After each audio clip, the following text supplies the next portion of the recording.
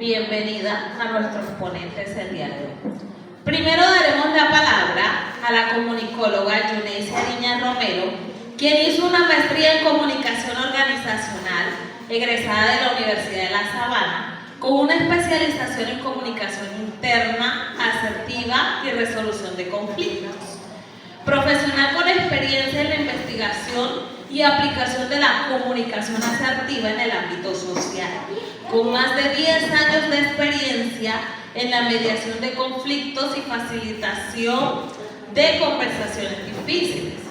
Ha implementado programas de comunicación asertiva en organizaciones y grupos sociales, obteniendo resultados positivos en la mejora de las resoluciones interpersonales y la resolución de conflictos, así como la necesidad de promover la educación asertiva desde la infancia.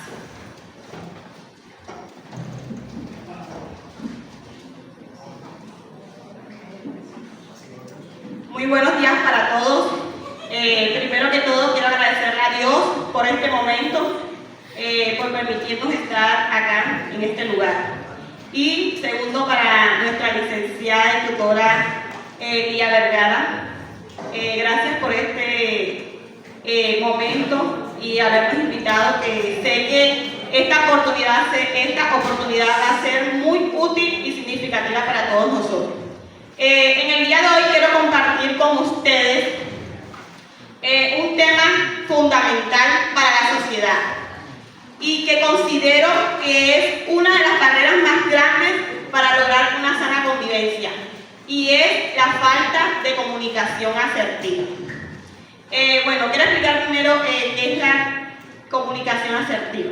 La comunicación asertiva es la capacidad que tenemos para expresar nuestros sentimientos, emociones y necesidades de una manera clara y respetuosa, sin ser pasivos ni agresivos.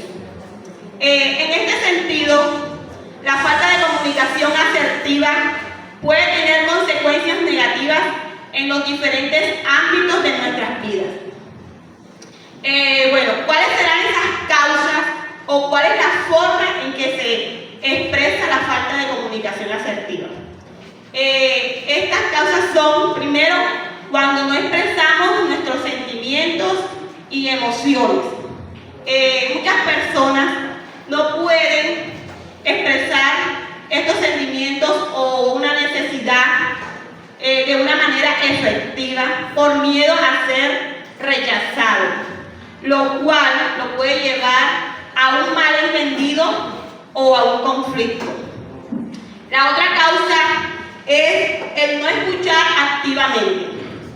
Muchas personas, o habemos, para incluirme, personas que no escuchamos activamente a los demás, lo cual nos lleva a un sentimiento de frustración y de empatía.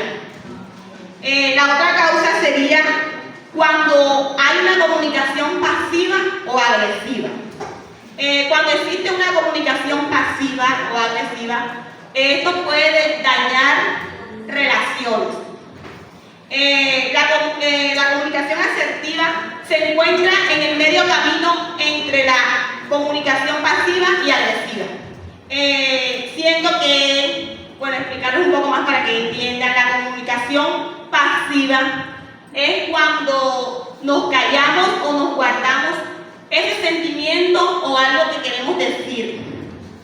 En cambio, en la comunicación agresiva no nos callamos ni nos guardamos nada, sino emitimos ese mensaje de una manera o con un tono inadecuado.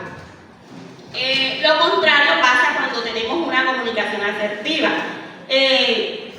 porque lo hacemos ya de una manera respetuosa, con un tono adecuado.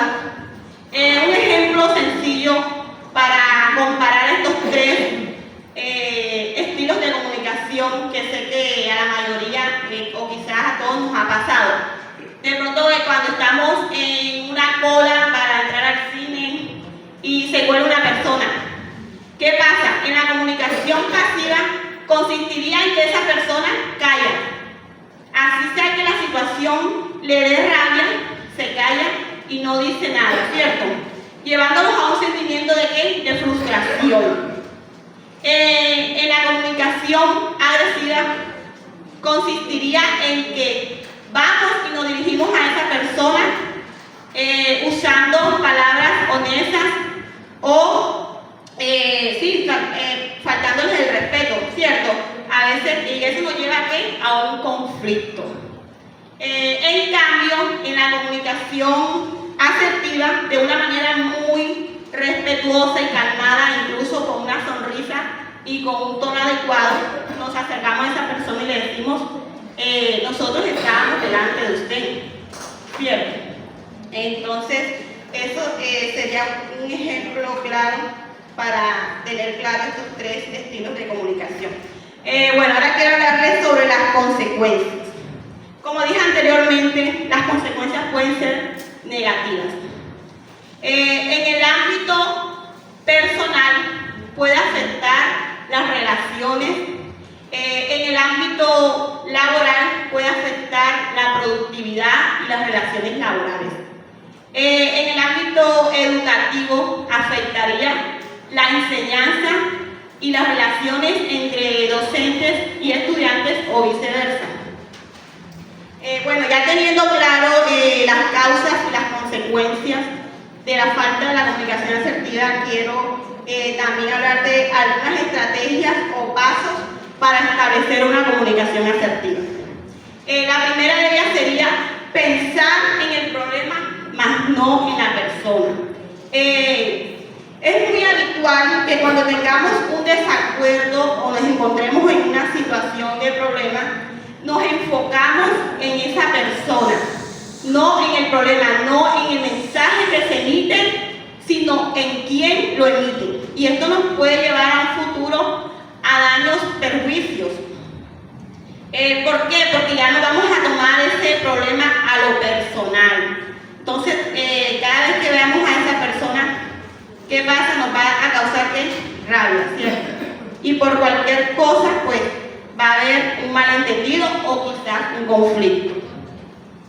La otra estrategia sería cuidar nuestra comunicación verbal. Bueno, en muchas ocasiones de nada sirve que tengamos un tono de voz adecuado si nuestro cuerpo muestra signos de agresividad o viceversa. Nuestro lenguaje verbal y no verbal debe ser uno de los más coherentes posible y siempre debe estar en una misma línea. Otra estrategia sería la escucha. Para poner en práctica una comunicación asertiva es necesario escuchar, no solamente oír. Escuchar es prestarle atención a esa persona, hacerle mostrar que le estamos poniendo cuidado cuando esa persona o ese interlocutor nos está comunicando algo, ¿cierto? ¿Cómo lo hacemos? Demostrándoselo y respetando su tiempo.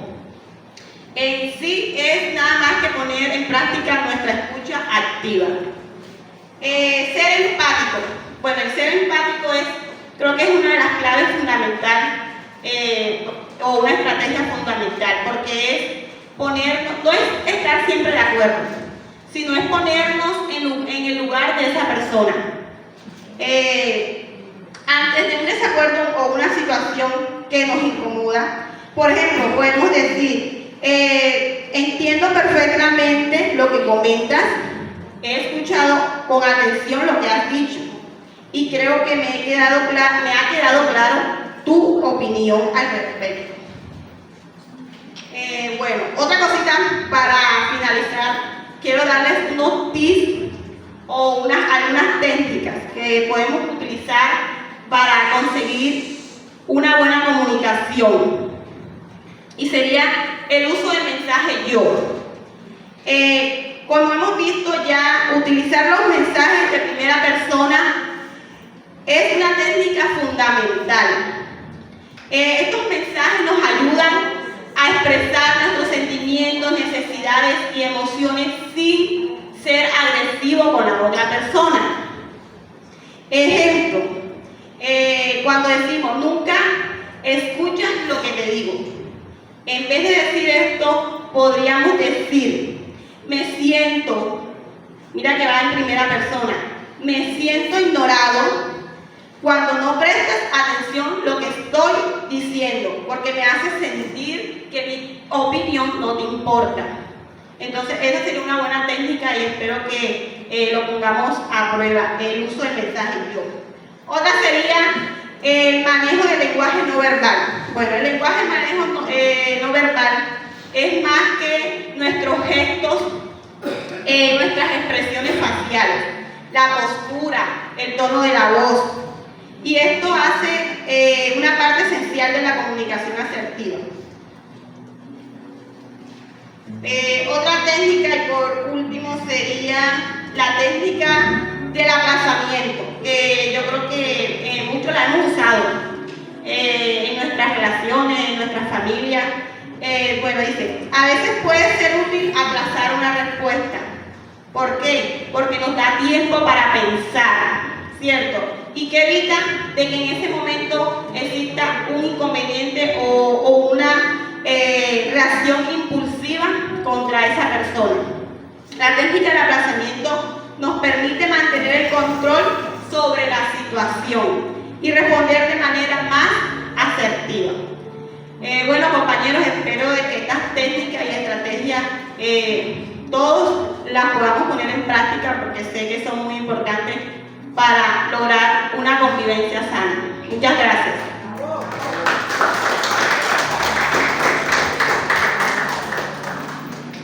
Gracias a su intervención. A continuación daremos un espacio a las preguntas que surjan de acuerdo a este tema. Se levanta quien tenga alguna pregunta, por favor.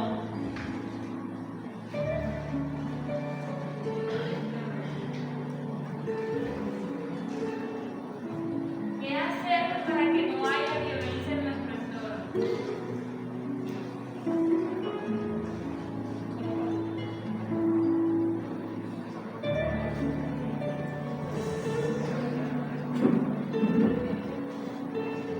Bueno, considero que una de las opciones sería en la que hablé anteriormente, poner en práctica muchas estrategias y técnicas para mejorar nuestra comunicación asertiva, porque yo pienso que esta es la clave fundamental y una de las barreras más grandes o existentes para lograr esa sana convivencia y de que no existan conflictos y actos de violencia en nuestra familia, en nuestro entorno, en nuestra sociedad. Muchas gracias. ¿Alguna otra pregunta respecto al tema que nos abordó la doctora Yuneisi Ariña? Buenos días, yo tengo una pregunta. ¿Cómo la participación social a su vez puede impactar el nivel de la autoestima de una persona? Disculpen, es acerca del tema que nos habló la doctora Yuneisi Ariña. Compañera. ¿Qué estrategias podemos utilizar para mejorar nuestra comunicación asertiva y resolver conflictos de manera Estrategias como poner en práctica la escucha activa. Otra estrategia es poner en práctica la empatía, colocarnos en el lugar de la otra persona. Gracias. Muchas gracias. Seguimos con la intervención de la psicopedagoga María Fernanda Herrera Campo, quien es especialista en educación inclusiva con un doctorado en psicopedagogía y magíster en políticas educativas y liderazgo escolar, egresada de la Universidad de Harvard.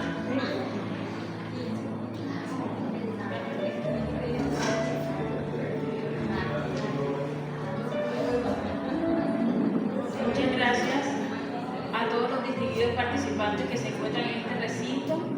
Gracias por la oportunidad, mi tutora formadora Lía Vergara. A mis colegas, Karen Restrepo, conferencista y licenciada en educación. También le mando un saludo fraterno a mi colega Kelly Macías, pedagoga infantil que se encuentra en este recinto. Para hablar de las barreras que se presentan en la comunicación, que se presentan que son unos obstáculos que invaden nuestra sociedad y en nuestro entorno en el que vivimos. Podemos hablar que hay muchos prejuicios, los cuales vienen interculturalmente, que vienen transmitidos en nuestras familias o en el entorno en el que nos desarrollamos. También podemos hablar que existe la intolerancia. Podemos saber que nuestros niños merecen una mejor educación, que en casa podemos formarlos y que podemos llevarlos a una sociedad en la que podamos construir y no destruir. Estos prejuicios afectan básicamente el entorno en el que un ser o individuo se desarrolle, llámese la escuela, la sociedad, el lugar de trabajo o donde una persona vaya y se encuentre. La imagen negativa que tenemos de cada persona es algo creado en nuestra mente o que llega a nuestras vidas por algún rumor. Debemos esforzarnos por destruir esas imágenes negativas y acabar los prejuicios para que la intolerancia no tome control de nuestros lugares, de nuestras aulas, ni de los espacios a donde nos vayamos como docentes, como padres de familia o formadores de nuestros niños. Ante este panorama, la pregunta crucial es ¿qué podemos hacer? Existe un compromiso firme como docentes para que las aulas vayan a casa y la casa llegue al aula. ¿Qué quiere decir esto, queridos colegas? Nuestros niños no nacen con prejuicios y como adultos no se los podemos dejar crear. La intolerancia hace que un ser se sienta invisible, que no tome la potestad, que no sea líder, que no se enfoque y que no sea un componente valorativo en nuestra sociedad. La educación debe ser una herramienta para superar y salir adelante en cada caso. Los juicios deben acabar desde la raíz. Hablemos de inclusión. En nuestras aulas y en nuestro país tenemos una interculturalidad grande, la cual nos permite disfrutar y saborear de cada región o de cada país. No tenemos la libertad de elegir, en este salón solamente hay niños colombianos. Al hablar de inclusión, debemos preparar a nuestros estudiantes para recibir al que llega, para acoger, para solidarizarnos con cada persona que se encuentra a nuestro alrededor. Hablemos de la discriminación en el aula.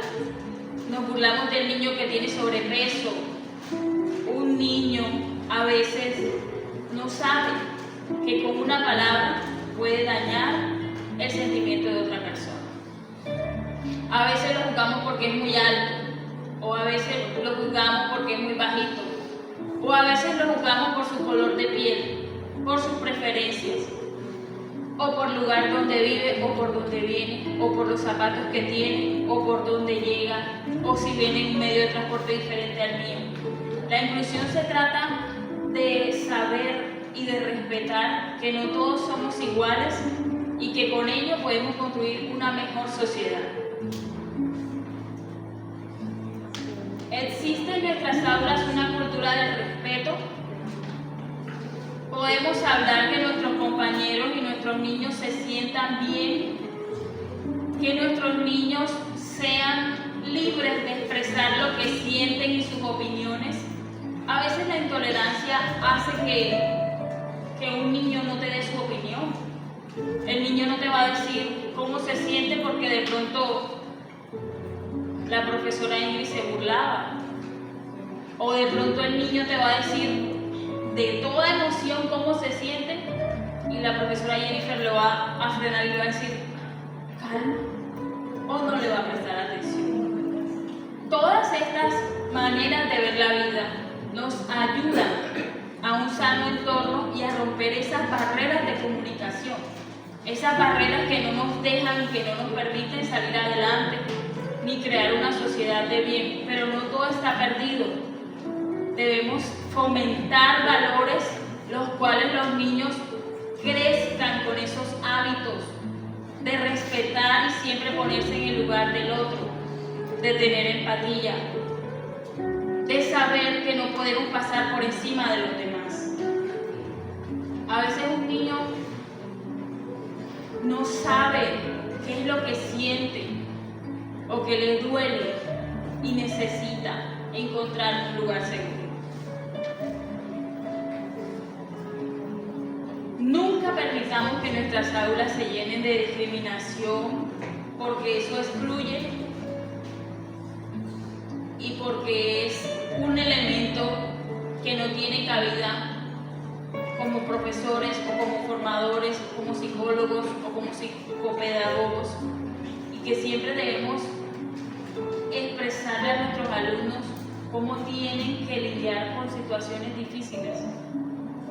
Enseñémosles que somos valientes, que podemos dar el 200%, que no siempre las cosas van a salir como nosotros queremos, pero que tenemos que trabajar con esa dureza y con esas cosas difíciles para poder lograr un bien mayor como equipo. Muchísimas gracias a todos por su atención.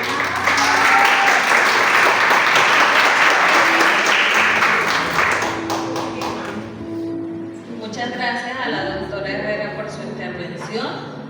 Damos espacio ahora a las preguntas que surjan acerca del tema que la doctora Herrera ha expuesto. Doctora Mafe, ¿de qué manera una autoestima saludable influye en la disposición de un individuo a participar activamente dentro de su comunidad? Como ya les decía anteriormente, queridos colegas, que una persona que se sienta libre de expresarse, que tenga una autoestima bien construida y bien forjada, nunca va a dejar de dar su punto de vista, siempre va a participar, siempre va a aportar algo a las situaciones que se presenten en el entorno de su comunidad, de su familia o dentro del aula escolar. Muchísimas gracias. ¿Alguna otra pregunta? ¿Cómo la participación social a su vez puede impactar el nivel de la autoestima en una persona? La participación social se construye en los lugares donde el niño se desarrolla y se desempeña.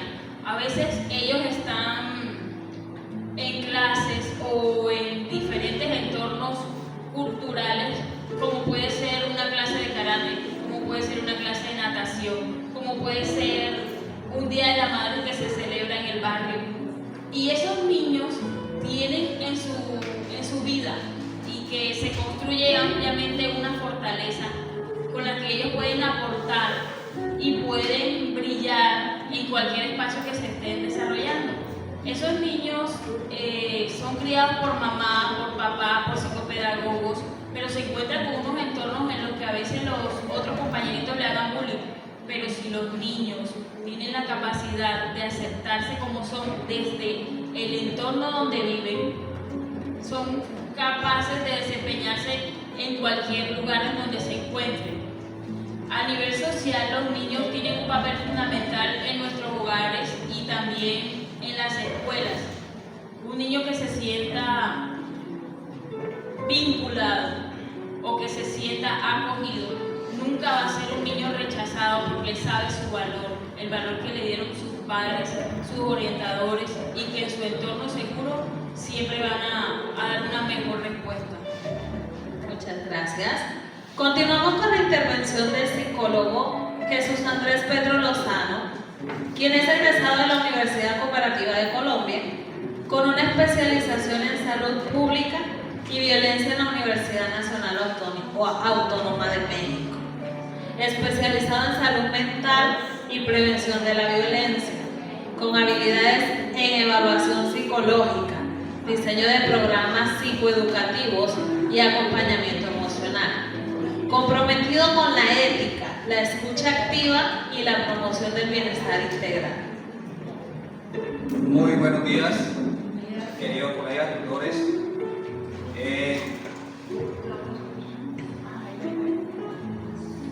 Buenos días nuevamente los que no me escucharon.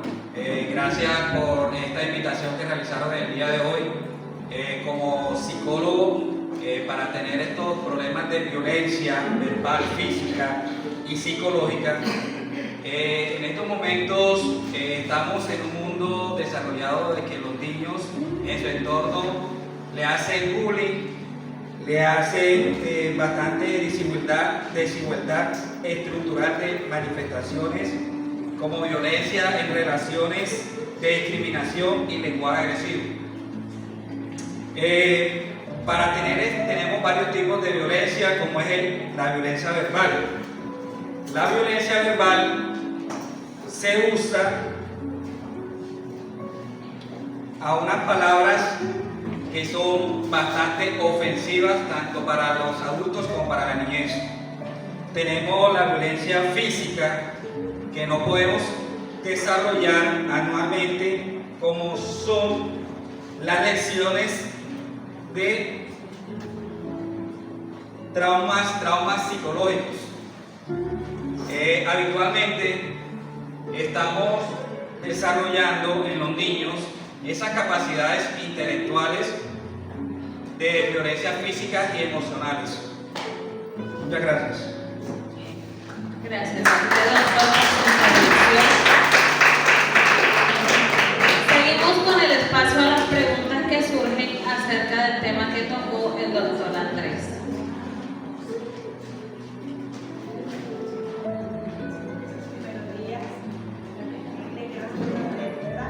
¿Qué debemos hacer para tener una buena convivencia? Bueno, para tener una buena convivencia hay que saber fomentar el respeto y la buena convivencia hacia cada uno de nosotros. Respetarnos a sí mismos y tener una paz y tolerancia hacia los niños y hacia los adultos. ¿Alguna otra pregunta? Muchas gracias, doctor. Ok, mi amor. Damos la palabra al psicólogo Caleb Silva González, quien es egresado de la Universidad Pontificia Javeriana de Bogotá, con una maestría en educación inclusiva y diversidad, además de una especialización en convivencia escolar y resolución de conflictos en la Universidad de La Sabana. Muy buenos días.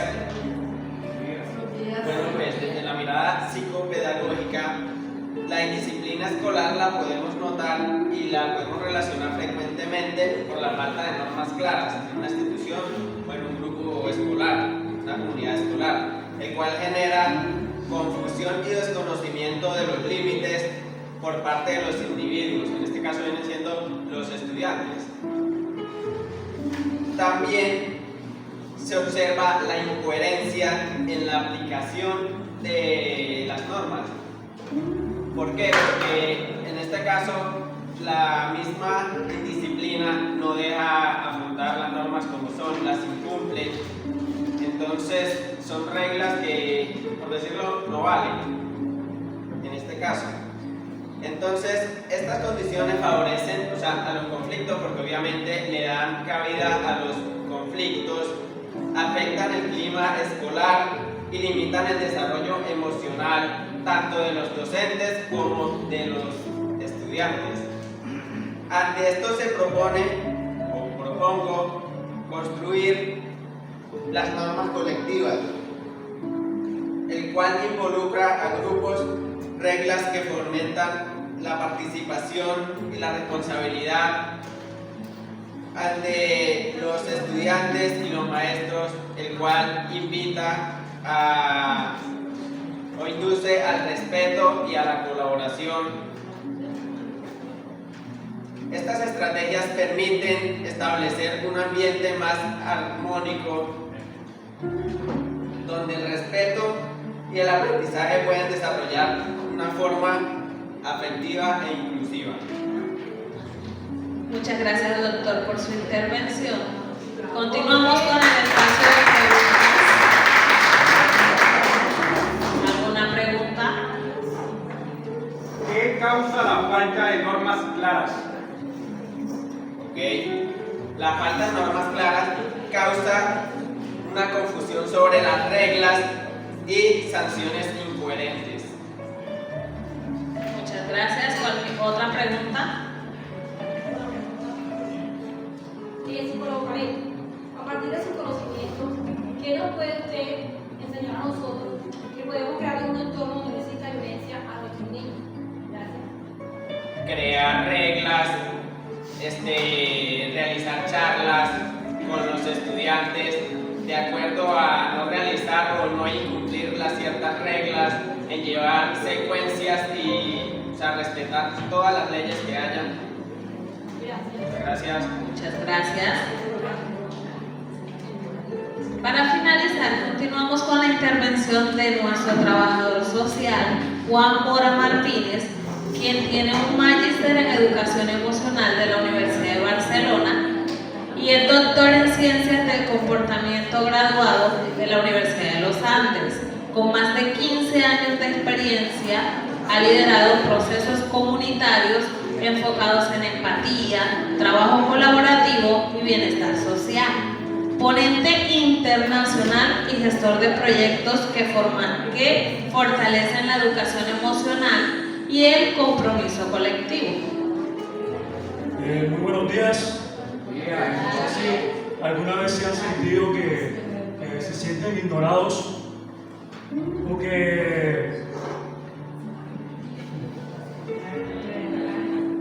se sienten ignorados porque nadie le importa lo que a ustedes les pasa. Bueno, el tema a tratar hoy es sobre el individualismo y la falta de empatía, temas que afectan profundamente la sana convivencia. El individualismo se da cuando una persona piensa solamente en sí misma y en lo que quiere.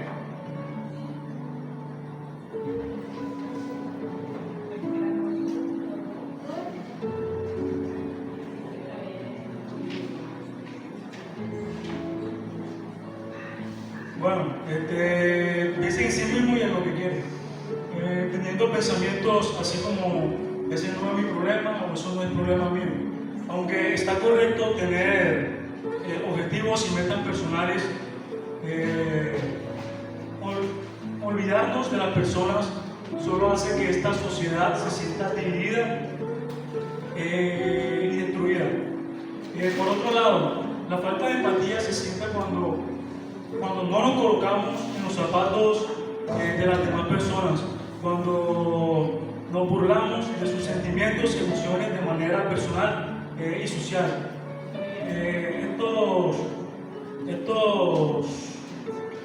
Estos problemas afectan de manera general la convivencia.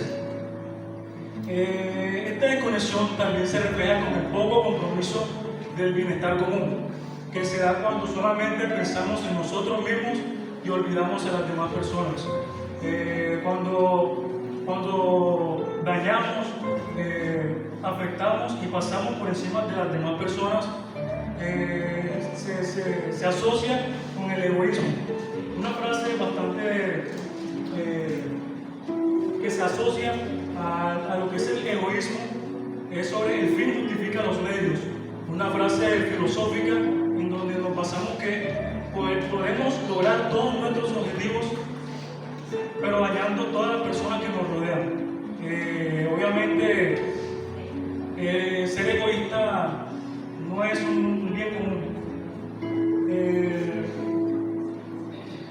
Para cambiar esto es vital fomentar la comprensión, el diálogo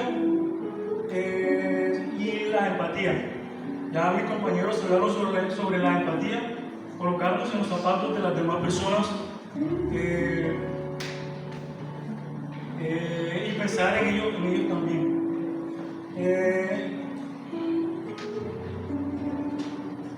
La empatía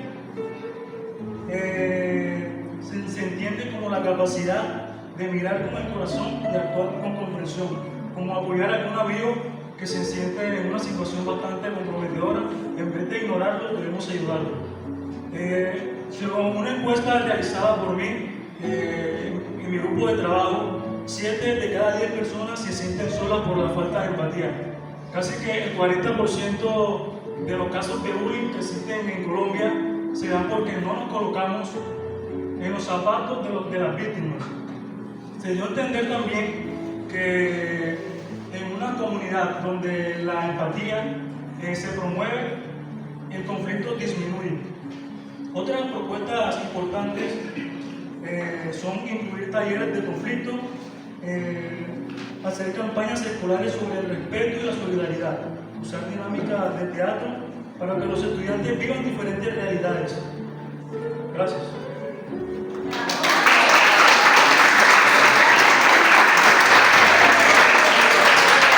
Muchísimas gracias al doctor Juan Mora por su valiosa intervención. Damos espacio a las preguntas que surgen de este tema. ¿Cómo afecta el individualismo y la falta de empatía al bienestar de una comunidad? Perfecto. El individualismo y la falta de empatía afecta de manera general, porque únicamente las personas se preocupan solamente por sí mismas, olvidando el bien común, mostrando poco compromiso con los demás y generando conflictos. Muchas gracias. ¿Alguna otra pregunta? Adelante. ¿Por qué es necesario aprender a ponerse en el lugar del otro? Porque al momento de desarrollar la empatía, obviamente nos colocamos en los zapatos de esa persona. Podemos ver y sentir lo que ella siente, aunque no a un nivel personal, podemos sentir el mismo sentimiento que esa persona tiene.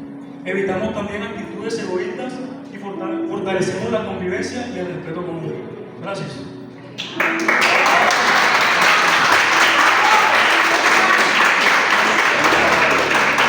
Muchas gracias a todos y cada uno de los ponentes de este primer congreso y por su posición ante este simposio 2025, en el cual nos ha dejado una perspectiva diferente ante este tema. Ha sido un placer moderar este simposio. Espero que de igual forma hayan disfrutado de este tiempo. Quedo atenta a cualquier valoración que será aceptada con mucho respeto. Muchas gracias.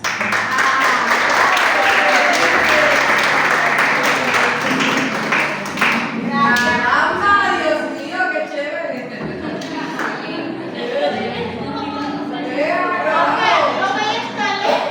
Me voy a llevar a jugar.